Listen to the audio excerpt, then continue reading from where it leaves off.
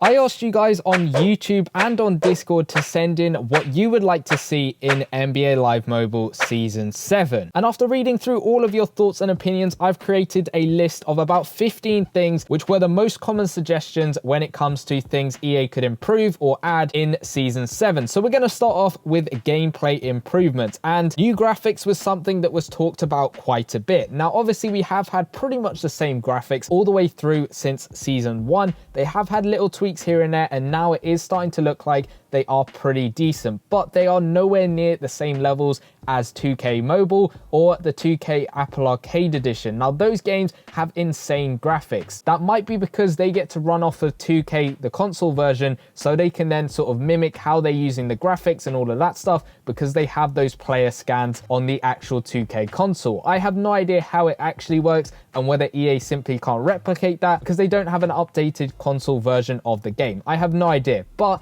it would be something nice to see if we could have some slight improvements here and there with the graphics, considering we've had them, they're pretty much the same for a long time now. Obviously, that might put a strain on people's devices and what devices can be used and can't be used, and that is one of the main advantages with NBA Live Mobile compared to, say, 2K Mobile or the Apple Arcade Edition, because those ones require sort of higher end devices, newer devices. NBA Live Mobile, on the other hand, yes, it requires your device to be pretty good. You can still use slower devices, older devices to still play the game, and it still runs. And maybe if we have graphic improvements, then that might not be the case. Another suggestion was to have new camera angles. Up until I think Season 4, we only had one camera angle. That was the press box camera angle, and it's still one of the ones that a lot of people use today. Probably the majority of users use that one because it is the basic one. And then there also is the EA Cam baseline. This is basically the same as in 2K, where you've got both of the sides and it spins around. But it would be nice to see a couple of other different camera angles. I don't know how that would work. It'd probably take a complex amount of coding because you're thinking about looking at the game from a completely new angle. However, it would be pretty good. Maybe you've got one a bit closer to the basket, maybe a bit more zoomed in so you can see some more detail on the players. Maybe you can get a bit more immersive in the action. Maybe that might be a good suggestion. Another one that was mentioned was having new animations. Now, this season, I have been noticing a couple more dunk animations, layup animations, but having maybe some more personalized ones, as in to do with the players, it's specifically like combo moves, all of that stuff. That would be pretty nice, especially dribble moves. If you could have dribble moves based on a player's own dribble moves, that would be pretty fun. Obviously, again, I'm guessing that would be pretty hard to code because you'd have to have someone in a mocap suit getting the movement right and all of that stuff. I don't know exactly how the ins and out of it actually work, but it would be fun to see and it would be pretty good, especially if it matches up with a player. Because say you've got a signature dunk or a signature move that some player does in the NBA and you can replicate that in the game if you get them as a card in the game for your team, that'd be super fun to go ahead and do. Someone also mentioned having celebrations, and I think that would be pretty good. We do get a couple of people doing rim hangs once they've done a dunk, but having some extra layers of celebrations, say when they've knocked down a three or when they've done a crazy dunk or an alley-oop or something like that,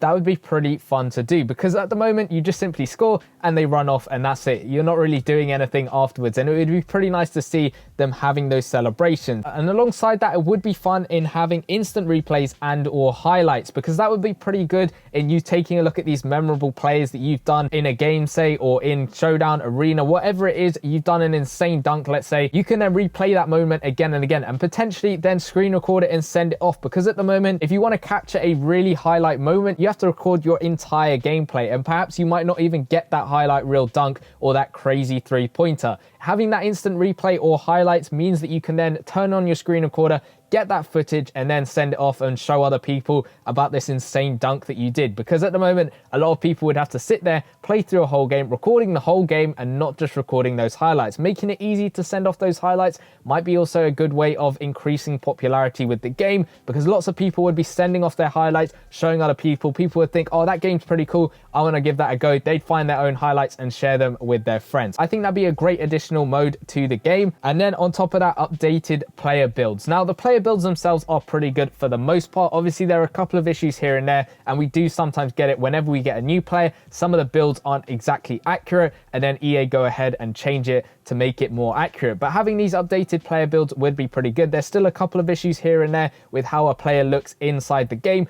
Again, I don't know how that actually works and whether EA have to basically rescan the players, which would take a very long time to do. And especially because it's not 2K, where they have the console version of the game, they can look at exactly what what the scans are like for the actual console game and then kind of replicate that a little bit inside of their mobile game. I don't know exactly how it works, but I'm guessing that might be something to do with it. Now, having commentary in NBA Live Mobile is something that a lot of people have wanted for a very long time, and that would be an insane feature that we could have. However, it would take a lot of coding and you'd actually have to get commentators to do this stuff. Obviously, again, with 2K, it's more likely for them to add it to their mobile game, just as we've seen with EA doing with FIFA Mobile, because they've got a massive bank of all the commentators, whatever they say when people score, whatever they're talking about in terms of just general chit chat while something's going on, they have that already in their console game. So they can then cut that file down to the necessary bits of commentary to then use in their mobile game. If you look at FIFA Mobile and you compare it to the console version, obviously the console version, because it can be a bigger file size,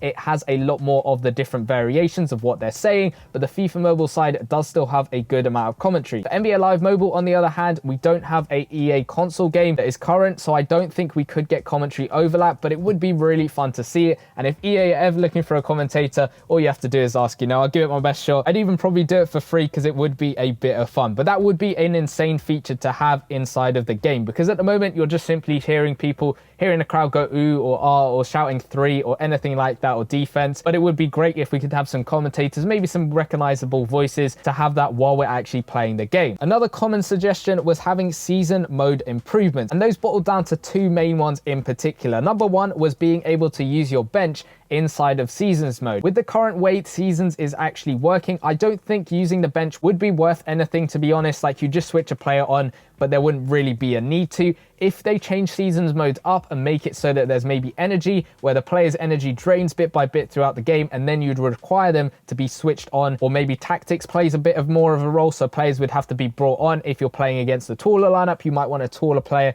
being brought onto the court. I think we need to have a little bit of a change in seasons first before you will be able to use your bench, because at the moment I do understand your bench isn't really being used for anything. It's just there to upgrade your overall a little bit, but it isn't going to help you in any gameplay whatsoever. So I think having a useful function of the bench would be very fun to see in season 7. The second thing a lot of people were talking about was selecting quarter length. Now, this might work alongside the first suggestion of using your bench, because if you had a longer quarter, then you might be wanting to try new things with a couple of other players from your bench, putting them on the court, seeing what they can do. And a lot of people want to try and increase the quarter length from 2.5 minutes to about 12 minutes, which for me personally, I don't really see why, just because it would just be you playing against an AI, which is pretty easy to beat, and you would be getting very few rewards at the end of it. If they change those rewards up or made it a bit more competitive, then I would understand why you'd want to change the quarter length, but that was just a suggestion that I was getting from a lot of people. Alongside that, it would be great if we could see what a player has done in a specific game, whether it be in Seasons, Showdown, or anything like that. You have a box score where you can see how many threes they attempted, how many threes they made, how many 2-pointers they made, how many blocks, rebounds. All of these stats would be insane if we could see that at the end of a quarter, because you could then judge exactly how good a player is. Because if you're doing gameplay with, say, multiple players, you can then see exactly who's knocking down the shots, what percentage of the shots they're knocking down. And even at the moment, when you're looking at who's getting the rebounds, sometimes it is very difficult to see. Getting steals, blocks, all of that stuff is sometimes difficult to see. And of course, when you're looking at it in the gameplay, you're not really going to be counting it. You're focusing on, oh, I need to then go on the fast break now that I've got that steal. Or yes, he scored, now I need to get back on defense. You're not really thinking about how many shots they've taken or all of their stats. And it'd be great to see that maybe at the end of the game. We know that the game counts these assists, dunks, because when you actually go into an event, sometimes you need to get a dunk, sometimes you need to get an assist. So obviously there's something there that's counting how many assists you're getting, or steals, or blocks, or pump fakes, or anything like that. So maybe that might not be too difficult of a thing to make. Now, a lot of people also mentioned adding MJ and Kobe and D Wade. Now, unfortunately, EA can't really add these players for multiple reasons. MJ, for example, he has signed an exclusive contract, I believe, with 2K, meaning that they can use his right and likeness in their games, but EA would have to acquire his rights separately, or maybe they can't actually do that at all because it is an exclusive contract with 2K. Kobe, on the other hand, and D Wade and a load of other ex-NBA players, once they're in the NBA, they have signed an agreement, I believe, which is part of the player rights or something, meaning the games can use their appearance, their likeness in their games. But once a player leaves the NBA, then the games have to acquire their rights separately. And that's why you don't really see players like Charles Barkley in the game, because they have chosen they don't want to be a part of any single game. You don't see him in 2K, you don't see him NBA Live Mobile, and NBA Live Mobile won't be able to get the rights to use Kobe and D-Wade unless they go ahead and spend the money and buy those contracts. And for some players, it might be extremely difficult to do. So whilst it would be great to see them in NBA Live Mobile, it would probably prove a real difficulty, and it is something that I don't think we will ever get to see again. An overall cap would be really fun to have in the game. We had one way back when in season 1 where the cap was up to 99, meaning you couldn't get a player that was 100 overall or above. It stopped at 99. And the reason for this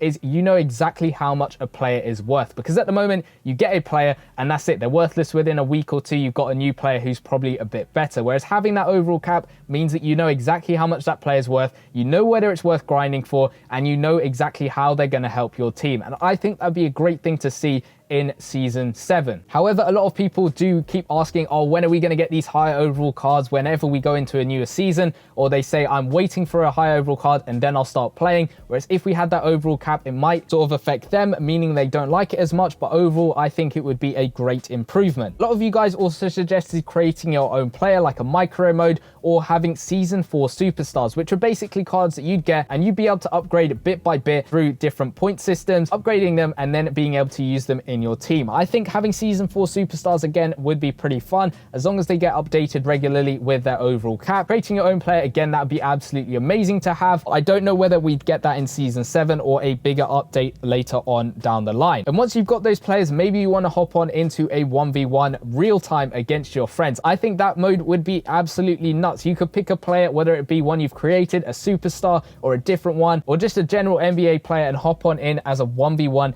against some of your mates. I think that'd be pretty good. It'd be basically an arena mode pretty much, but just against your mates, or maybe against everyone in the world, but instead of 5-on-5, you're getting 1-on-1. And maybe you also get some 3-on-3 basketball as well. I think that'd be a pretty fun feature. And we'll end off with people talking about a player-to-player auction house or a trading system. Now, obviously in season 1, and I think for a bit of season 2, we had a player-to-player auction house, meaning I could put up a card for 1,000,000 coins and someone on the other side of the world could then go ahead and buy that card for 1,000,000 coins. The issue with that is coin sellers. That's why EA decided to remove the auction house from being player to player, and now it's simply run by bots, which I don't see EA going back to having a player to player auction house. As a company, they would lose a lot of money from having it player to player, because there would be coin selling and all of that stuff, and it would be pretty hard to control. But I would like to see maybe a trading system, although again, that can be exploited by coin sellers and other people just hacking the game and all of that stuff. So I don't see those two features really being added. But if you look at FIFA Mobile, they have made it sort of player to player. There is still a controlled element with how that works. It's like the stock market. If more people want the cards and less people are selling them,